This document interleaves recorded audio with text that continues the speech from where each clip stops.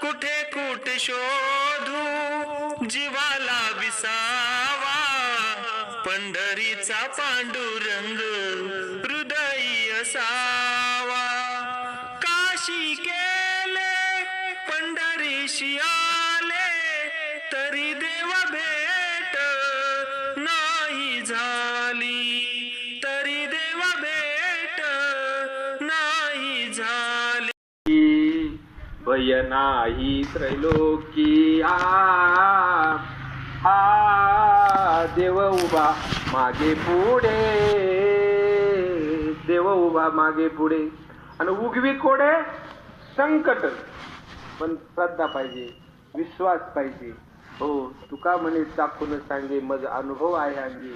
तुकोबरायांनी आपला सर्वांचा उद्धार व्हावा, जगाचा उद्धार व्हावा आणि आपला संसार सुखाचा व्हावा, याच्याकरता तुकोबरायांनी स्वतःच्या संसाराची राखरांगोळी केली. हो, जाळोनी संसार बैसलो कुणा करता. हो, असे जगद्गुरु तुकोबराय क्षणाक्षणाला विचार करायला सांगतात. हो, पण आपलं झालं उलट. आपलं आपण विचार करतो पण संसाराचा विचार करतो, नाही का. आपलं परवा काल्याच्या कीर्तनात महाराजांनी सांगितलं, 5 मिनिटं तुम्ही इथं कीर्तनात प्रवचनात बसले ना, फक्त असं 5 मिनिटं डोळे झाका असं विचार करायचं मी इथंच आहे म्हणून. असं फक्त 5 मिनिटं म्हणा मी इथंच आहे. क्षण एक तोही नाही विसावा, 184 घेतल्या धावा, लागो आगी नावा माझ्या मीपणा. हो, म्हणून नको नको मना गुंतू माया जाळी, काळ आला जवळी ग्रासावया, काळाची हे उडी पडेल बाजेवा, सोडविना तेव्हा माय बाप, सोडविना राजा देशीचा चौधरी, अनिक सोय रे भले भले, नव्हे तुझा हा परिवार, नव्हे तुझा हा परिवार, द्रव्यदारा क्षण भंगुर, द्रव्यदारा क्षण भंगुर, शरीर जायाचे ठेवणे, शरीर जायाचे ठेवणे, धरीसी अविलास जने. हो, म्हणून या मृत्यू लोकामध्ये नरदेह निधान लागले हाती, नरदेह निधान लागले हाती, उत्तम सार उत्तम गती, देव होईल म्हणती ते होती, तरी का चित्ती न धरावे. तुकोबराय हकारोनी सांगे तुका. तुकोबराय जगाला उपदेश करताना जगद्गुरु तुकोबरायांनी स्वतः अनुभव घेतला आणि मग जगाला सांगितला. जगद्गुरु तुकोबरायांनी कोणता अनुभव घेतला, कशाचा अनुभव घेतला. जगद्गुरु तुकोबराय म्हणतात, मला विषयाचा विसर पडला. हे विषय महाराज प्रत्येक जीवाजवळ 5 विषय, प्रत्येक जीवाजवळ शब्द स्पर्श रूप रस गंध, हे 5 विषय ते सारखे सतत असतात. त्या मनाला कुठं असं जाऊच देत नाही ते विषय. विषय उडी भुलले जीव, आता त्याची कोण करील किंवा नृपजे नारायणी भाव. हो, ते विषय सतावत असतात, देवाकडे येऊ देत नाही, देवाच्या पायाकडे येऊ देत नाही. मग अशा वेळेस तुकोबराय म्हणतात, मी कोणत्या गोष्टीचा अवलंब केला की ज्याच्यामुळे मला देवाची प्राप्ती झाली. प्रमाणे तुमच्या लक्षात आणून देतो. विषयी विसर पडिला निशेष, विषयी विसर पडिला निशेष, अंगी ब्रह्मरस ठसावला, अंगी ब्रह्मरस ठसावला. ब्रह्मरसाची प्राप्ती झाली पण अगोदर विषयाचा विसर पडला. तुम्हाला मला विषयाचा विसर पडतो पण झोपेत काही सुद्धा कळत नाही. काहींना 2 कप घेतल्याच्या नंतर विसर पडतो. चहा नाही, दारू. तुकोबाराय म्हणतात, अंगी ब्रह्मरस ठसावला, पण कशाच्या जोरावर. याचं पुढचं चरण आहे, माझी मज झाली अनावर वाचा, माझी मज झाली अनावर वाचा, छंद या नामाचा घेतलासे, छंद या नामाचा घेतलासे. तुकोबाराय म्हणतात, त्या नामाचा छंद रात्रही न कळे दिवसही न कळे, अंगी खेळे दैवत हे. त्या नामाचा छंद घेतल्यामुळे, ते नाम माझ्या कंठात मी धारण केल्यामुळे मला विषयाचा विसर पडला आणि ब्रह्मरसाची प्राप्ती झाली. प्रमाणाने सांगतो, ब्रह्मरस घेई काढा तेने पिडा वारेल, ब्रह्मरसे गेले भरोनिया अंग आणि आदिल तो रंग पालटला. माणसं सहज म्हणतात तो पहिला लय राक्षसासारखा होता हो, लय असा होता तसा होता, पण आता तो देवासारखा झाला, देवासारखा झाला. याचं कारण आहे हो, आधील तो रंग पालटला. म्हणून ब्रह्मरस गोडी जयाची फावली वासना निवाली समृद्धांची. हे वासना महाराज एक अभंग आहे सेना महाराज जाऊ, वासनेच्या संगे नको जाऊ म्हणा, पाहत्या रावणा काय झाले. इंद्रा पडले भग चंद्र झाला काळा, नारद चुकला काळा भजनाचा. हो, मोहिनीच्या संगे भस्मासुर मेला, वाली प्राण गेला रामबाणी. मला सांगायचं एकच आहे, मी आलो कशासाठी, मला करायचं काय आहे, मला जायचं कुठे आहे, हा विचार करण्यासाठी क्षणाक्षणाला तुकोबराय आजच्या अभंगामध्ये सांगतात. क्षणाक्षणा हाची करावा विचार. आणि तरावया पार भवसिंधू, हा भवसागर, याला भवसिंधू म्हटलेले. सागर म्हणजे भव म्हणजे भीतीनं भरलेला हा समुद्र म्हणजे संसार. या संसारातून करायचं असेल तर काय करा, क्षणाक्षणाला विचार करा आणि ते नाम कंठात धारण करा. त्याचा फायदा महाराज, हा नाशिवंत असलेला देह हा एक दिवस जाणार आहे आणि याला काळ गिळंकृत करणार आहे. काळ कुणाला सोडत नाही महाराज. हो, काळाचं असं आहे, तुकोबाराय म्हणतात, कळी काळ कापती तुझी या नामे. त्याला भीती फक्त त्या जगाच्या मालकाची आहे. तो जगाचा मालक, त्याला काळ घाबरतो. म्हणून त्याचं नाम कंठात धारण करायचंय. नाम चांगले चांगले माझे कंठी राहो भले, कपी कुळ उतरले मुक्त केले राक्षसा. एवढं पवित्र त्या भगवंताचं नाम आहे. म्हणून एक दृष्टांत सांगतो, म्हणजे सिद्धांत पटण्याकरता दृष्टांताची गरज असते. म्हणून दृष्टांत विनोद हा हसल्यावर नेऊ नका. रुक्मिणी स्वयंवर, तुम्ही कथाभाग ऐकलेला आहे. रुक्मिणी स्वयंवर भगवंताचं जांबुवंती सगळं विवाह झाला. लग्न सोहळा पार पडत असताना नारद महर्षी तिथे आले होते. क्षणाक्षणाला विचार करा.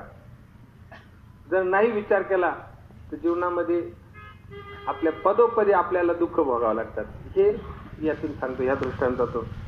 नारद महर्षी सहज देवाला म्हटले, देवा लग्न सोहळा व्यवस्थित पार पडतोय, व्यवस्थित सगळं काही चालू आहे, पण गायनाचा कार्यक्रम कुठे झाला. अजूनही काही लग्नामध्ये काही लोक गायनाचा कार्यक्रम ठेवतात, भजनाचा असा ठेवलाच पाहिजे. महर्षी नारद म्हणले, देवा नारद गायनाचा कार्यक्रम कुठे झाला म्हणले. कारण नारद हे गायनामध्ये प्रवीण होते, एक्सपर्ट होते. नारदाला गर्व झाला होता का माझ्यासारखा गायन करणारा या त्रिभुवनात कोणी नाही, म्हणून गर्व झाला होता. आता देवाला कळालं की नारदाला न सांगता कळू येते तुम्हा अंतर. देवाला सगळं कळतं. देव म्हणले, नारदा आता गायन करण्यासाठी इथं तरी कोण आहे हो. जांबुवंती संघ विवाह म्हटले, वरड कोण, वानरण माकरण कोण असणार दुसरं. वरड जांबुवंती संघ लग्न म्हणजे आता इथं गायन करणारे तुमच्यापेक्षा इथं कुणी श्रेष्ठ नाही. छे म्हणले, असं पुढे झालं का म्हणले. नाही म्हटले. नारदाला गर्व झाला. कोणता तरी गायन करायला लावा म्हणले. नारदाला गर्व झाला. माणसाचं तसंच आहे महाराज. थोडे दोन अभंग दोन टिपण्या झाल्या का न इतका गर्व होतो, हो येणारच नाही. किती बी त्यांना बोलवा पण येणारच नाही. म्हणून त्या नारद म्हणले, नाही छे म्हणे, आज कुठं असतं का म्हणे, कोणाला तरी करायला लावा गायन. आता त्या ठिकाणी एक वानर होतं जांबुवंतीच्या जवळ.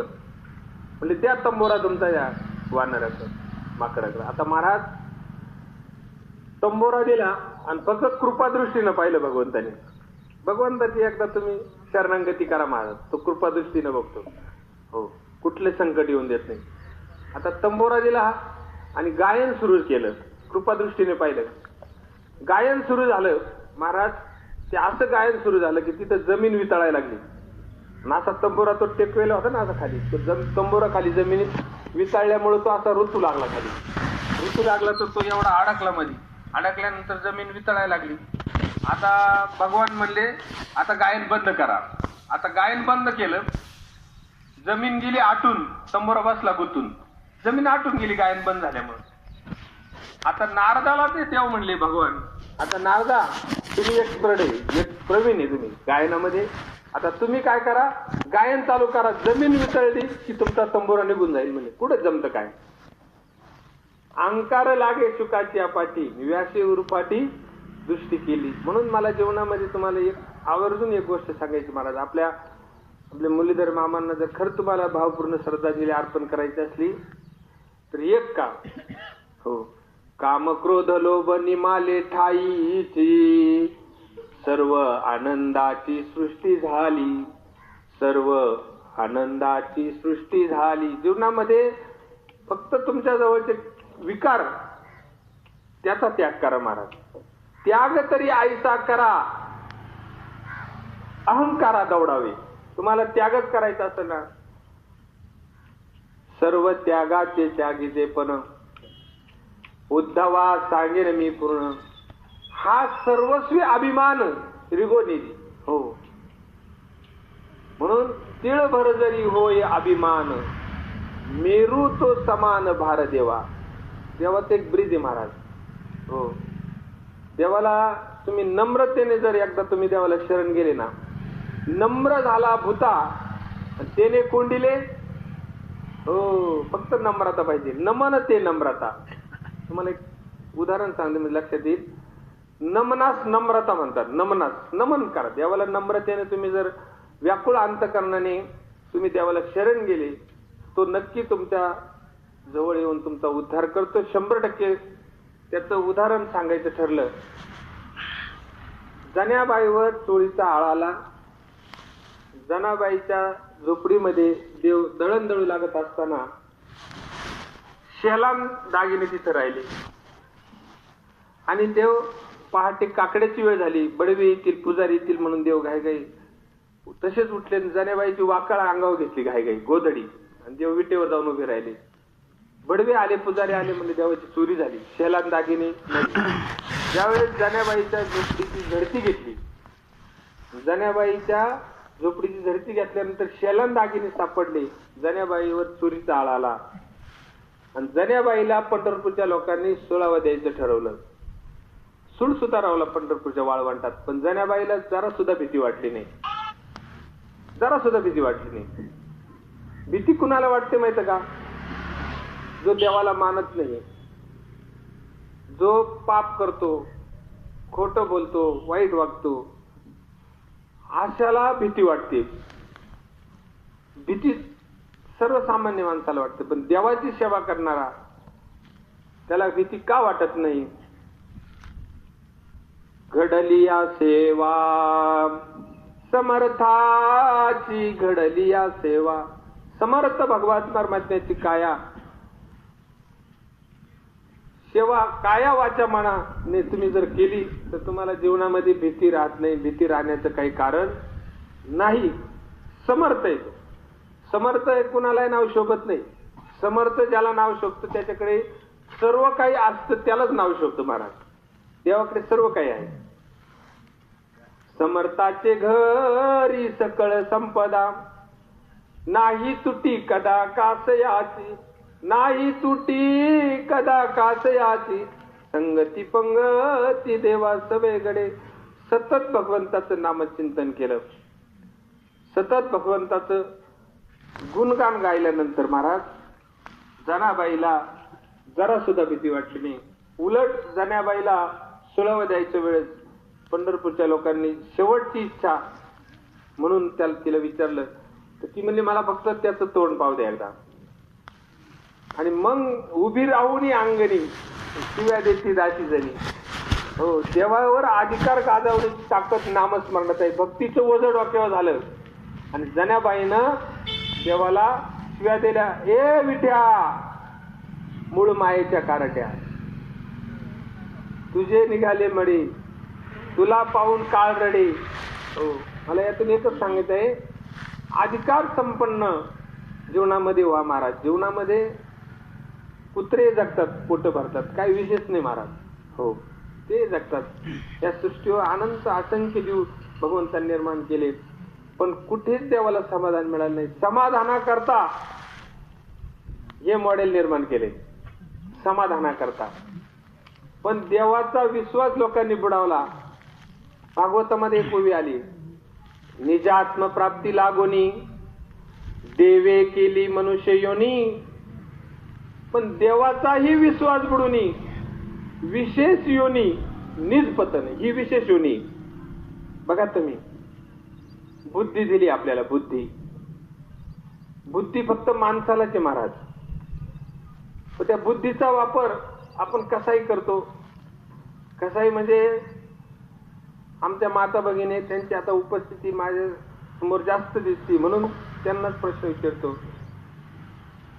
माझ्या माता भगिनींना सकाळ झाली की संध्याकाळच्या भाजीची चिंता, सारखी बुद्धीचा वापर. कुठं कोण काय करील, संध्याकाळी भाजी काय करेल, संध्याकाळी भाजी काय करेल.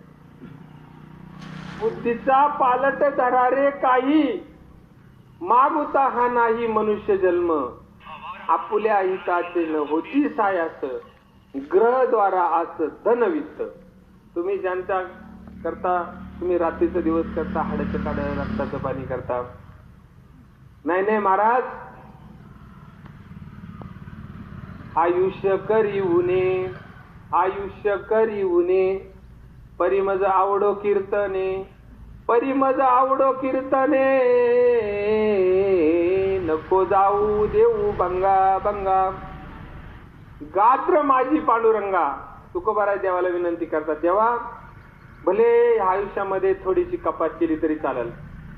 तुकोबाराय फक्त 42 वर्ष जगले. किती? 42 वर्ष तुकोबाराय.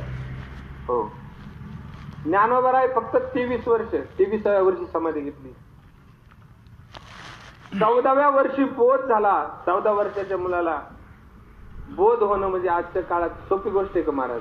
अच्छा, आताही भरपूर असे विद्वान मुलं आहे महाराज जन्माला आलेली. काही 10-10 वर्षाच्या मुलांची ज्ञानेश्वरी कंठस्थ आहे. भरपूर मुलं आहे, आळंदीला जाऊन पहा. हो.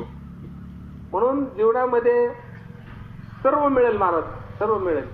तुला मिळेल बंगला माडी, कुच्च माडी, मोटर गाडी. जीवनामध्ये सर्व प्राप्त होईल महाराज. पण संस्कार, ती शिदोरी तुमच्या बरोबर एकदा तुमच्या हाती आली ना महाराज, काय उणे आहे चराचरी.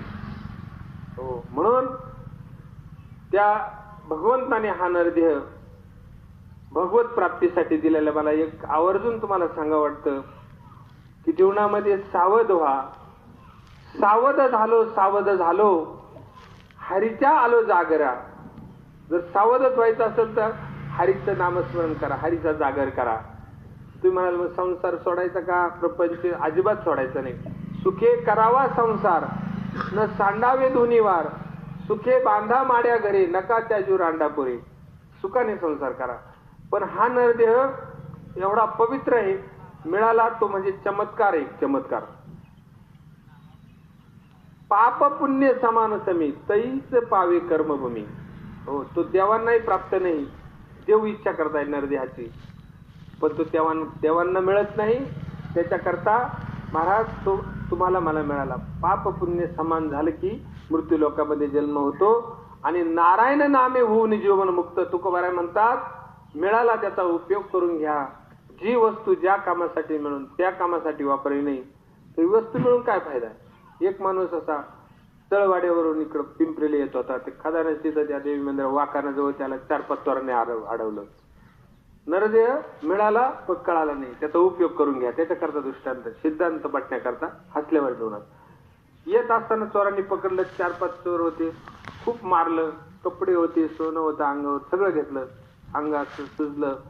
हे रडत बोंबलत आमचे तर तू मामा म्हणले, काय काय झालं रडायला? काय नाही म्हणले, लय चोरांनी मारलं. पैसे होते, सोनं होतं, सगळं घेतलं म्हणले. म्हणले तुमच्याजवळ पिस्तूल होता ना? म्हणले तो बरा झाला लपून ठेवला, नाही तर तो चोरांनी नेला असता. तुला काय टिकल्या वाजवायला दिल का दिवाळीच्या? हा नरदेह रूपी पिस्तूल कशा करता मिळालाय महाराज? देवे दिला देह भजना गोमटा, तो या झाला फाटा बाधिकेचा. महाराज बाधा जडली संसाराची, परंतु संसार हा कसा आहे महाराज, हो तो करावा लागत नाही पण परमार्थ करावा लागतो. उदाहरण सांगतो म्हणजे लक्षात येईल. श्रीमद भागवत ग्रंथाच्या प्रथम स्कंदामध्ये पूर्वार्धात एक कथा आली, ती म्हणजे आत्मदेव ब्राह्मण कथा. आणि त्या कथेमध्ये तुम्ही सर्वांनी ती कथा ऐकली असेल, पण तिथं तो आत्मदेव तुंगभद्रा नदीच्या तीरावर एक गाव होतं, त्या गावात राहत होता. आत्मदेव ब्राह्मण होता, त्याच्याजवळ सर्व काही होतं. ब्राह्मणापैकी सर्वात श्रीमंत ब्राह्मण तोच होता. आणि त्या ब्राह्मणाकडे सर्व काही होतं, सर्व होतं, धन होतं, संपत्ती होती. तो भिक्षुक जरी असला पण तो श्रीमंत होता. आता त्या ब्राह्मणाने विचार केला, माझ्याकडे सर्व आहे पण मला मुलबाळ नाही. महाराज या जगामध्ये कोणी ना कशानं दुःखीचे बघा, सगळे कणले गुंतलेले. कोणाकडे मुलं असतील पण धन नसेल, कोणाकडे मुलं नाही पण धन भरपूर आहे, कोणाकडे मुलं आहे धन आहे पण पोरं शिकलेली राहत नाही, त्या टेन्शन मध्ये कोणी. प्रत्येक बघा तुम्ही, हो गावाच्या बाहेर मारुतीचं मंदिर होतं, मंदिरामध्ये एक साधू महात्मा रोज दिवा लावायचे आणि आरामशीर त्यांना गावातून जेवण जायचं, दररोज गरम गरम जेवायचं. तिथे एक सावकार आला गावातला दर्शनासाठी म्हणून, त्याचा लवाजावा घेऊन. सावकार म्हणला, राम राम राम राम. म्हणजे का हो तुम्ही लय खुश दिसताय, लय समाधानी दिसताय, तुमच्याकडे एवढं गाडी नोकर चाकर आहे, एवढा लवाजा माय. म्हणजे कशाचं काय, माझ्याकडे सगळं काय आहे म्हणे, सगळं माझ्याकडे, पण मला मुलबाळ दुःखीच आहे. साधूला वाटतं कसं काय गड्या, म्हणून साधू म्हणला, मग कोण सुखी आहे या जगात. म्हणजे आमच्या गावात एक सावकार आहे म्हणले, तो फार सुखी म्हणले, त्याच्याजवळ सगळं काही, त्याला मुलं आहे, धन आहे, सगळं आहे. म्हणजे त्याला चौकशी करावं जाऊ म्हणून ते महात्मा त्याच्याकडे गेले. आता महात्म्याला वाटलं चौकशी करावं म्हणून त्याने सांगितलं, माझ्याकडे सर्व काय आहे, मुलं आहे, सर्व आहे, नोकर चाकर आहे, धन आहे, पण माझी मुलंच शिकलेली नाही, मी दुःखी आहे. म्हणजे दुःखीच, जो देखे वो दुखिया बाबा, दुखिया कोई राजा दुखिया, प्रजा दुखिया, दुखिया है धन रंकारे, दुःख के कारण शुक देवने उदरी माया त्यागिरे. आता त्याला वाटतं मग आता कोण सुखी, म्हणून त्या पाटलाने सांगितलं गावातल्या की आमच्या गावामध्ये एक पुढारी म्हणजे पुढारी, त्याच्याकडे मुलं बाळ आहे, त्याची मुलं शिकलेली आहे, त्याच्याकडे धन दौलत सगळे आहे, म्हणले काही कमी नाही त्याच्याकडे, तो सुखी आहे. त्याला म्हणले त्याला तरी जाऊन विचारा. म्हणून तो त्या पुढारीकडे गेला. आता पुढाऱ्याला ज्यावेळेस सांगितलं, पुढारी म्हणतो, अहो माझ्याकडे सगळं काय आहे, माझी मुलं शिकलेले, मी पैशावाला आहे, भरपूर धन आहे, काय कमी नाही म्हणले, पण मी एक गोष्टीने दुःखी. कशाने दुःखी आहे म्हणजे माझे विरोधक माझी सारखी निंदा करीत असतात, पण दुःखीचे नाव जो देखे वो दुखिया बाबा. म्हणून दुःख बांधवडी आहे हा संसार, सुखाचा विचार नाही कोठे. सुख समाधान देवाच्या सेवेचे महाराज. सुख कुठे आहे, सुखा लागी जरी करी ती तळमळ, तरी तू पंढरीची जाय एक वेळ, तेथे अवघाची सुखरूप होशी, जन्मो जन्मीचे दुःख विसरशी. हो, म्हणून जीवनामध्ये महाराज तुमच्या सर्व काही भेटेल, पण देवाचं नाम कंठात धारण करण्यासाठी त्याला पुण्य लागतं. पुण्य फळले बहुता दिवसा, भाग्य उदयाचा ठसा, झालो सन्मुख तो कैसा, संत चरण पावलो आजी शिकले माझे कोडे. बहु जन्माचे, हो, म्हणून त्याच्यासाठी आपल्याला इथे यावं लागणार आहे. मनाचे कान करून कधी एकदा तुम्ही भगवंताचं चिंतन केलं, काय ते उरले वेगळे अनेक, आणि वैकुंठ नायक दया करती. म्हणून क्षणाक्षणाला विचार करा, क्षणाक्षणा हाची करावा विचार, करावया पार भवसिंधू, नाशिवंत देह जाणार सकळ, आयुष्य खातो काळ. हो, आता इथं बसलेल्यापैकी 100 वर्षापूर्वी इथं कोणीच नव्हतं, इथं जेवढे आपण आज आहे बसलेलो, आणि 100 वर्षानंतर देखील इथं कोणी राहणार, कोणीच दिसणार नाही तुम्हाला आपल्यातलंच. 100 वर्षानंतर कोणी दिसणार नाही. म्हणून मिळाला त्याचा उपयोग करून घ्या महाराज. हा नरदेव म्हणजे एक चमत्कार आहे, त्याचा उपयोग भगवत चिंतनाकरता करा. माझ्या माता भगिनी त्यांची उपस्थिती जास्त आहे, त्यांना प्रश्न आहे माझा. चमत्कार हा नरदेव कसा आहे, तुम्ही कणिक मळण्यासाठी त्या डब्यातून पीठ घेतात चाळणीत, बरोबर. चाळणीत घेतल्यानंतर ते हलवलं की खाली पडतं ना. पडल्यानंतर त्याच चाळणीमध्ये तुम्ही पाणी टाका, पाणी सुद्धा खाली टाकलं की खाली लगेच पिघळतं. पण त्या चाळणीमध्ये तुम्ही पाणी टाकलं आणि ते गळालंच नाही. हा काय झाला? चमत्कार झाला कधी. तसा हा नरदेह हा नरदेह म्हणजे आपले शरीर म्हणजे एक चाळण आहे. बघा तुम्ही आपल्या शरीरावर 7,000 कोटी रोम आहे, इतके बारीक बारीक टॉक्सिन, घाम, वेस्टेज याच्यातून बाहेर पडतं. ते छिद्र आहे आपल्या शरीराला. म्हणजे आपलं शरीर म्हणजे एक चाळण आहे. काय आहे? चाळणच आहे ना. आणि 9 द्वार आहे आपल्या शरीराला. 2 डोळे, 2 नाकाचे तोंड, 2 कानाचे, 7 आणि 8, 9 म्हणजे शिश्नगुदा असे 9 छिद्र आणि हे 7,000 कोटी रोम. म्हणजे शरीर हे चाळण आहे. आपलं शरीर म्हणजे 75% आपल्या शरीरात पाणी. किती आहे? 75% शरीरात पाणी. बघा, आणि पाणी असल्या कारणानं आपलं शरीर म्हणजे पाण्याचा टँकरच. पण 7,000 कोटी हे रोम आणि 9 छिद्र आपल्या शरीराला आहे. पण बघा तुम्ही कुठून एक ठिकाणी तर त्याचं थेंब सुद्धा लेखे का? ही कोणाची कृपा आहे? ही कृपा कोणाची आहे? तुझी सत्तेने वेदाची बोलणे, सूर्याची चालणे, तुझी या बळी आईचा तू समर्थ, ब्रह्मांडाचा धनी वर्म हे जाणोनी आले लोटांगणी चांगदेव. 1400 वर्ष तपश्चर्या केली. माझ्या 8 वर्षाच्या मुक्ताईनं म्हणावं, ए चांग्या निगुऱ्या, गुरुनं केलेल्या चांग्या. ही कोणाचा अधिकार आहे महाराज? कशाच्या जोरावर महाराज? माझी मुक्ताई 8 वर्षात लेकरू, चांगदेव योगी आणि तिले मानिले हो गुरु. महाराज म्हणून तुम्ही बघा, माऊलीच्या सोहळ्यात गेले असतील, गौरीनाथ महाराजांच्या सोहळ्यात गेले असतील तर तिथं भेदभाव मानला जात नाही. वाळवंटामध्ये लाखो भाविक आणि माझ्या माता पुरुष एकत्र स्नान करतात, पण भेदभाव मानत नाही. ही नामाची ताकद आहे महाराज. हो, कुणी भेटलं माऊली बाजूला व्हा, माऊली इकडे या, हा शब्द ते तुम्हाला ऐका. आमच्या मध्ये जाऊन आले आता ते वारीमध्ये, त्या काही वारी चुकू देती नाही. म्हणून एक वेळ करी या दुःखा वेगळे, दुरितांचे जाळे उगवणे. जीवनामध्ये सर्व मिळेल म्हणून सावध होण्याकरता तुम्हाला हा नरदेह दिलेला आहे. सावध होय बापा, काळ लागला मापा, प्रपंच गुंतू नको, पाहे बुडतसे पापा. मोठे मोठे साधू संत याने सायास केले, घरदार असताना मन नाही गोविले. उठा जागे वारे आता, स्मरण करा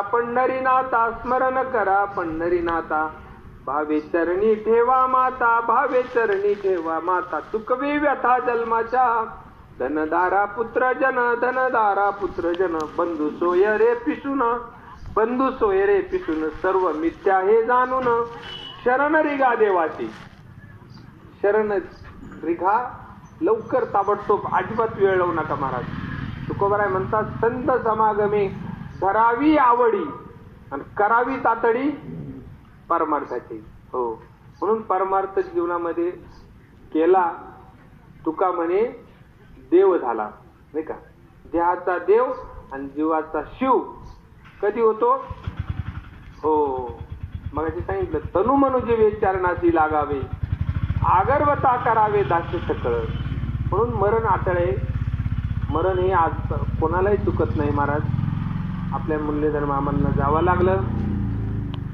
कुटुंबातून कर्ता पुरुष, बाप नाहीसा झाला, मुली रडताय, आक्रोश करताय, सर्वांना आतोनात, नातेवाईकांनाही दुःख झालं.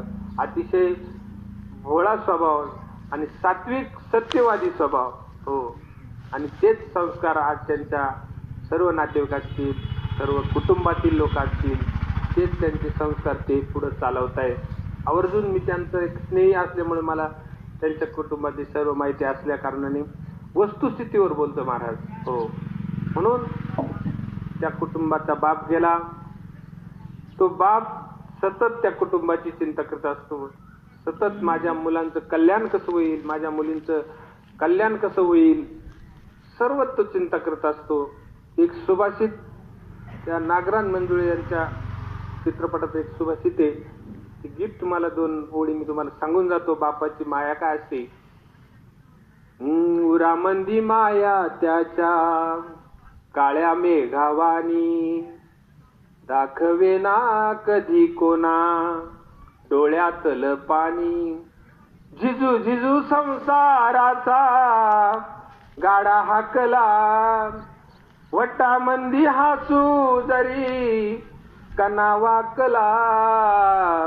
घडीभर तू थांब जरा, ऐक त्याची धापर, लई अवघड हाय गड्या उमगाया बापर, उमगाया बापर. महाराज, ती बापाची माया, मुकी मुकी माया त्याची, मुकी घाल मेल लेकुराच्या पायी उभा जन्म उधळेल. आधाराचा वड जणू वाकल आभाळ, त्याच्या इना पाचोळा जिन रानो माळ र, जिन रानो माळ. ज्या मुलांना बाप नाही ना, त्या मुलांची अवस्था जंगलामध्ये वाळलेला पाचोळा असं बघा, इकडे तिकडे गिरक्या घालत असतो असा नसता, तशी त्या बालकांची अवस्था होती महाराज. त्याच्या इना पाचोळा जिन रानो माळ र, जिन रानो माळ. घडीभर तू थांब जरा, ऐक त्याची दापर, लई अवघड हाय गड्या उमगाया बापर, उमगाया बापर. खूप प्रयत्न त्या बाबांसाठी गणपत असेल, सर्व मुली, सर्व कुटुंबातील सर्व व्यक्तींनी 2 वर्षापासून दत्तमामा किती दिवस झाले तसे ते आजारी होते नाही का, तब्येत खालावत चालली होती. म्हणून त्यांच्यासाठी भरपूर त्यांनी प्रयत्न केला. पण मी मगाशी सांगितलं, तो काळ हो आटावे होती जळचरे, तैतेही पावले ढिवरे, पडावे होय शरीरे उदय रोगाचा. हो, माणसाला जाण्याची वेळ झाली का कुठला तरी रोग उत्पन्न होतो बघा तुम्ही. आणि तो रोग आला की माणसाने ठरवायचं, जसं मासे पकडण्यासाठी डोवर ढिवर आले, पुळी आली, त्या माशाने समजून घ्यायचं आता आपलं आयुष्य आटावे होती जळचरे. ज्ञानोबा म्हणतात, तैतेही पावले ढिवरे, पडावे होय शरीरे उदय रोगाचा. म्हणून कुठल्या ना कुठल्या एका आजाराने माणसाला मरावं लागतं. ज्यावेळेस समुद्र मंथन झालं त्यावेळेस 14 रत्न निघाले, समुद्र मंथन झालं. देव आणि दानवांनी मिळून एकत्र समुद्र मंथन केलं. हो, त्या समुद्र मंथनातून पहिली निघाली ती लक्ष्मी, नंतर निघाले ते ऐरावत, दारू, मदिरा, अनेक निघाले महाराज. त्याच्यातून विष निघालं, काही व्याधी निघाल्या, व्याधी म्हणजे रोग निघाले, काही 108 रोग निघाले. किती? समुद्र मंथनाच्या वेळेस 108 रोग निघाले. पण त्याच्यावर उपचार फक्त 107 निघाले. म्हणून कुठल्या तरी एका आजाराने, एका रोगाने माणसाला मारावं लागतं. म्हणून तसं बाबांना जावं लागलं. त्यांच्या जीवनामध्ये भरपूर त्यांनी कुटुंबासाठी केलं. म्हणून तुम्ही किती मोठे झाले, किती तुमच्या जवळ धन पैसा आला, पण स्मृती त्यांची, आता काही मरणोत्तर सेवा करतात, जिवंतपणी तर केलीच, पण मरणोत्तर त्यांची सेवा म्हणजे आज या ठिकाणी हा सोहळा त्यांचा आयोजित केला, पिंडदानाचा सोहळा. देहाच्या गावा आलिया, जन्म मृत्यूच्या सोहळिया, ना म्हणू नये धनंजया जिया परी. म्हणून त्यांचा हा शेवट या उगले परिवाराने एकत्र येऊन, त्यांचे सर्व नातेवाईक असतील, डावकर असतील, दुबे असतील, वारुंचे असतील, शिंदे परिवार असेल, सर्व एकत्र येऊन त्यांनी तिळ तिळ पुण्य साचा पडे परी बहुजन्मीचे जोडे, नाम तुझे वाचेशी आतोडे समागम घडो संतांचा. त्यांच्या आज पिंडदानाच्या निमित्तानं पुनश्च एकदा त्यांना भावपूर्ण श्रद्धांजली अर्पण करतो. 5 वर्ष झालेला आहे. या ठिकाणी करविली तैशी केली कटकट वाकडे केले देव जाणे पायाचा प्रसादे काही बोलवले विनोदे मज कृपा करणे संती नाही अंगभूती किंबहुना तुमचे केले धर्म कीर्तन सिद्धी नेले हेत माझे जी उरले पायी पण संत निवृत्तीनाथाच्या चरणी बजरंग बलीच्या चरणी सेवा समर्पित करतो माझ्या वाणीला पूर्ण विराम देतो. त्या ठिकाणी पसायदान होणार आहे त्याच्या आधी श्रद्धांजली अर्पण करण्यासाठी श्रद्धांजली नाही कोणी नाही असेल तर माईकडे या शब्दांकित करण्यासाठी. त्यानंतर पसायदान होईल. श्रद्धांजली अर्पण करण्यासाठी माईकडे कोणी असेल त्यांनी यावं. त्यानंतर पसायदान होणार आहे. सर्वांनी नोंद घ्यायची. त्यानंतर गंधमुक्तीचा कार्यक्रम भिकाबाबा मंदिर या ठिकाणी त्यांच्या प्रांगणात भिकाबाबा मंदिराकडे सगळ्यांनी जमायचं आहे. पुनश्च एकदा मुरलीधर रामजी उगले यांना भावपूर्ण आदरांजली अर्पण करून त्यांच्या पुढील प्रवासासाठी शांती मिळण्यासाठी 20व्या दगडावर तीळ व्हायचे आहे. त्याआधी पसायदानासाठी सर्वांनी जागेवरच उभं राहून सर्वांनी सामुदायिक पसायदान म्हणून